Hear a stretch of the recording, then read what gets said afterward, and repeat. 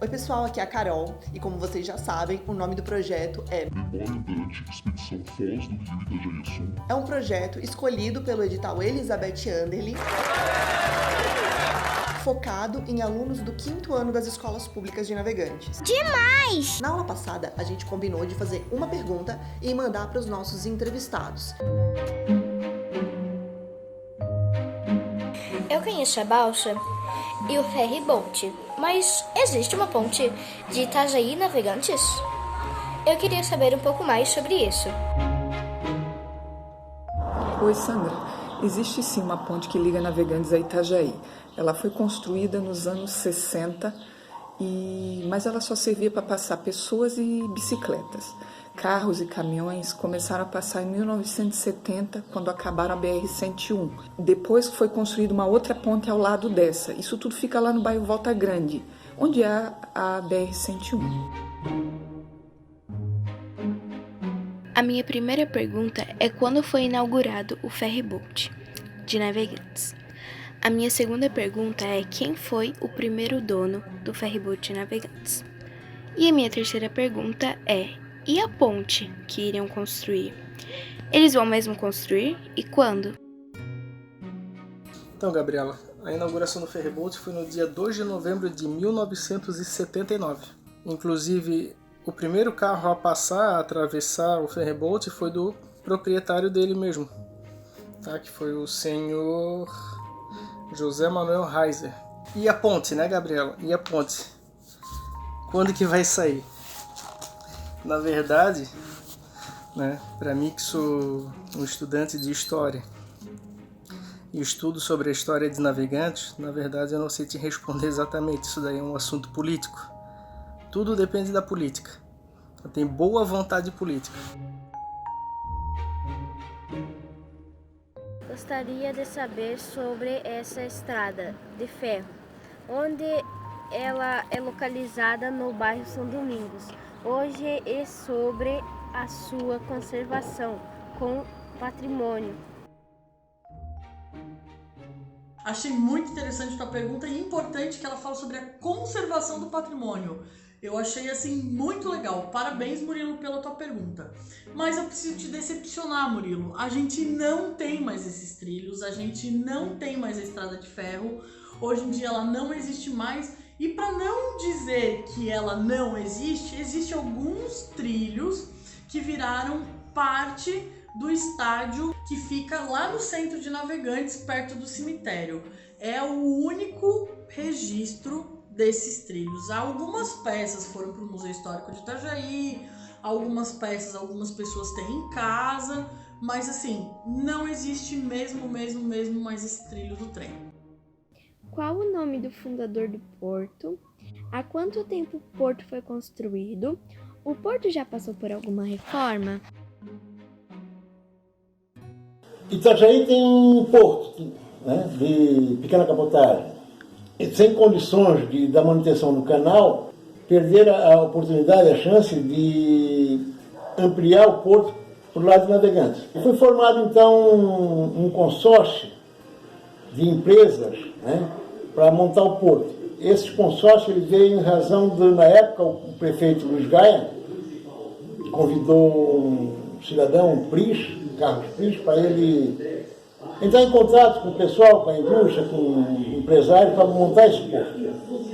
E aí ele conseguiu esse contato e iniciou o porto em Navegantes, né, que foi inaugurado em 2007. Com base nas perguntas e nas respostas, a gente vai montar um mini livrinho, ó, como esse aqui, estão vendo? Nesse mini livrinho a gente vai ter várias histórias de navegantes e cada família também vai receber os seus livrinhos. Hoje em dia a gente tem a praia bem dividida, né? Começa no Gravatá, vai pra meia praia, depois a praia central e a praia do Pontal, né? A praia lá do bairro São Pedro. Mas antigamente não, antigamente era uma extensão única, uma praia única. E ela se chamava Praia de Itajaí, porque pertencia ainda a Itajaí.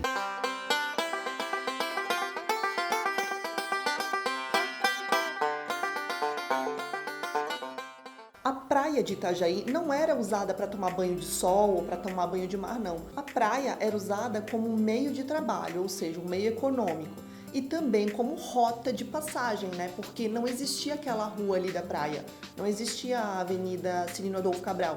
Então, para, por exemplo, você ir do Pontal até a Penha, eles iam pela praia, né? Eles iam pela extensão da praia, porque não tinha rua ainda.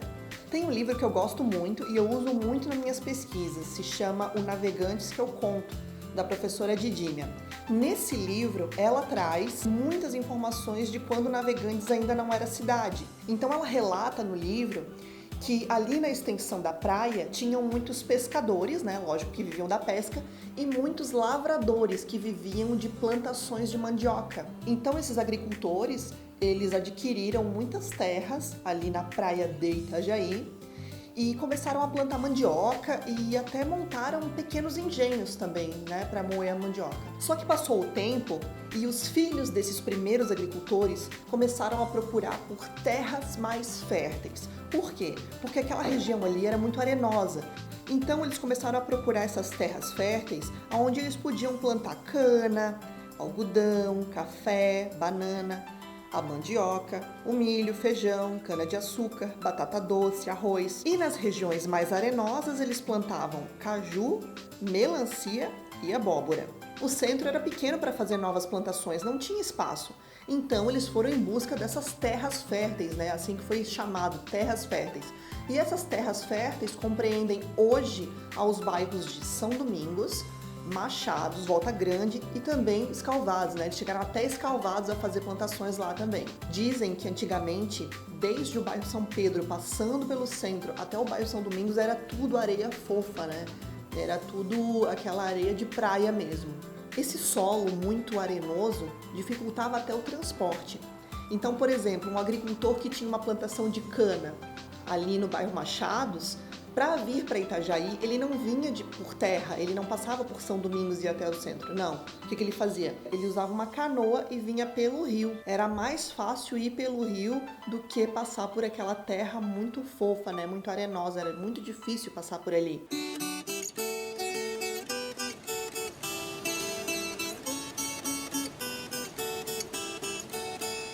Aqui em Navegantes, há muito tempo atrás, o bairro Gravatá era cheio de histórias. Índios carijós viviam aqui. Mas você sabe por que Gravatá tem esse nome? O bairro do Gravatá se chama por causa da região que é a Mata Atlântica, na Floresta Atlântica, toda nessa região, e tinha muitas bromélias, que na realidade o nome popular dela é Gravatá. Na praia de Gravatá, tem a Pedra da Miraguaia. Essa pedra é um viveiro natural de mariscos. Tem esse nome por causa do peixe miraguaia, que ele vinha, o alimento dele, do peixe miraguaia, é justamente os mariscos. Eles chegavam a pesar em torno de 50 quilos, quase que 1,5 metro de altura. Vai de a pé, pois a bater o mar levou. Então, toda noite, eles faziam fogueira na região da Pedra da Miraguaia, na areia, ficavam nessa fogueira de vigia, jogavam as redes para poder pegar os mariscos e os peixes que apareciam em volta, principalmente o peixe miraguaia. O seu Zezinho era um velhinho que sempre gostava de pescar. Quando a maré estava baixinha, ele conseguia subir na pedra, ele ficava à noite, horas e horas ali de noite, pescando. Para conseguir pescar um miraguaia, o velho subiu na pedra, escorregou, bateu a cabeça e morreu. Em homenagem ao velho Zezinho, a pedra que fica do lado esquerdo da miraguaia foi batizada de Pedra do Velho. A esposa dele, que é a viúva, ficou muito triste, mas muito triste mesmo. Por quê? Ela perdeu o companheiro de vida, como é que ela chorava muito, e agora? O que ela ia fazer sem o seu Zezinho do lado dela? Aí o que aconteceu? Como ela também era muito velhinha, ela acabou morrendo também. Foi a partir daí que todos os meses, em época de lua cheia, quando a maré estava baixinha, uma mulher de branco aparecia em cima da Pedra da Miraguaia, assustando todos os pescadores que estavam por ali. Aparecia essa mulher de branco, com os braços abertos, eles se assustavam e todos saíam correndo. Ela queria que eles saíssem daquela pedra do velho, porque eles podiam escorregar e acontecer a mesma coisa que aconteceu com o seu Zezinho. Minha pateira ficou escangalhada. Problema não tem problema, meu senhor. Com o passar dos anos é que foi descoberto realmente que essa mulher de branco nada mais era que a viúva do seu Zezinho.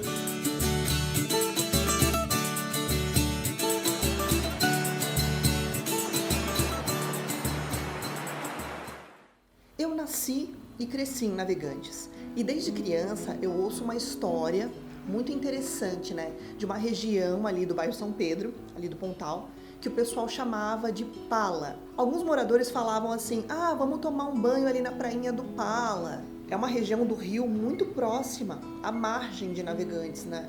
Então, essa história sempre me chamou muito a atenção, porque eles diziam que em 1893, quando ainda nem existia o mole construído, um navio naufragou bem ali. Ele bateu num banco de areia e afundou. E esses velhos moradores falam que o nome desse navio a vapor se chamava Pala. Existem relatos de que por muitos anos depois desse acidente, uns pedaços da própria carcaça do navio, elas brotavam assim da areia do Pontal, dando inclusive o nome do local de Praia do Pala. Mas toda essa história meio que se tornou uma lenda, sabe? Porque uns diziam que era verdade, outros diziam que era história de pescador. Essa história que o senhor passou 5 dias debaixo do rio, isso é verdade? Você já está mentindo, foi só 4 dias, sabe? E eu fiquei com essa dúvida por muito tempo. Até que em 2017, eu estava vendo TV, estava assistindo jornal e do nada apareceu uma matéria dizendo que durante aquelas obras da nova bacia de evolução, a draga que retira aquela areia do fundo do rio bateu em algum objeto não identificado. Na hora, quando eu vi a matéria, eu falei, meu Deus, quer ver que é o Palas mesmo? Pois é, o objeto até agora não foi identificado, mas a hipótese de ser um navio que afundou no século XIX está começando a ser descartada pelos especialistas. Veja. Um mistério escondido nas profundezas do rio Itajaiaçu, bem aqui no acesso aos portos. Foi naquela área, perto de onde é a bacia de evolução do canal, que uma draga pequena, da empresa que participa da dragagem, bateu em um objeto que está no fundo do rio. O que seria? Uma hipótese é que o tal objeto seja o navio Palas da Marinha, que afundou na região há 124 anos, quando teve a revolta da Armada. Alguns moradores de Navegantes, ao saber dessa possibilidade, não acreditaram muito. Afinal, até parece história de pescador. Então, depois de um ano, a verdadeira história apareceu. O que estava no fundo do rio era realmente o navio Palas. O que está nas águas do rio é de fato o navio Palas, que encalhou por aqui em 1893. É o navio Palas. A questão é que vários dados não fechavam e o principal deles o tamanho do navio, que foi apontado como 110 metros. Mas nós depois descobrimos que, na verdade, o navio está partido, então a proa está afastada da popa e por isso chegou a essa medida. Mas o tamanho original do navio é 67 metros. A pesquisa dos historiadores chegou à conclusão que em algum momento houve a tentativa humana de tirar o navio da água. Por isso ele teria se partido, exatamente como está na imagem ilustrativa. Os estudos apontam ainda que a força da água do rio Itajaiaçu não conseguiria mover uma estrutura do tamanho do navio Palas. A embarcação está neste ponto do rio Itajaiaçu, mais próximo à cidade de Navegantes. Segundo a pesquisa, em cerca de 10 anos depois que o barco encalhou no litoral catarinense, ele foi desaparecendo. O motivo? O clima e também as fortes ondas que estragaram o casco do navio. Segundo a literatura, já em 1942 não havia mais sinais do barco por aqui. Por isso, ele foi sendo criado como uma lenda na região. Gente, foi muito legal participar desse projeto com vocês. Pena que o Covid, ele não deixou a gente fazer esse projeto em sala de aula. A gente ia ter umas trocas muito legais também. Algumas salas a gente teve a oportunidade de ir ainda, fazer algumas atividades, em outras não foi possível, mas eu quero agradecer vocês por tudo e também quero fazer uma indicação de um filme para vocês. Já que a gente falou tanto em memória, em identidade, em lembrança, em recordação, eu queria que vocês assistissem o filme Meu, qual é o nome do filme? Eu queria indicar pra vocês verem o filme Divertidamente. Ele fala sobre memória, ele fala sobre história, ele fala sobre patrimônio, ele fala em identidade. Assistam essa animação, ela é muito legal e aí vocês vão entender um pouco sobre essa questão de identidade, de onde vim, de onde veio, como se formam, e é bem legal. Gente, obrigada por tudo. Esse é o nosso último encontro, é a nossa última aula, e por isso eu quero agradecer mais uma vez a participação das professoras. Eu não posso deixar de agradecer uma parceira fundamental do meu trabalho, que é a Secretaria de Educação de Navegantes. Quero agradecer a participação de vocês, alunos do 5º ano, e de todos da família de vocês que participaram lindamente desse projeto, compartilhando as experiências de vocês, compartilhando as histórias de vocês. Eu espero do fundo do meu coração que esse projeto tenha despertado em vocês uma vontade de conhecer um pouco mais sobre a história da cidade onde vocês moram, mas principalmente a vontade de registrar e conhecer a própria história de vocês. A gente precisa saber de onde veio para saber para onde vai. E esse movimento do tempo passado, presente, futuro faz a gente refletir as nossas ações no nosso dia a dia, as nossas ações com a nossa família, preservar as nossas tradições e principalmente respeitar as pessoas que têm tanta experiência e tanta história para contar.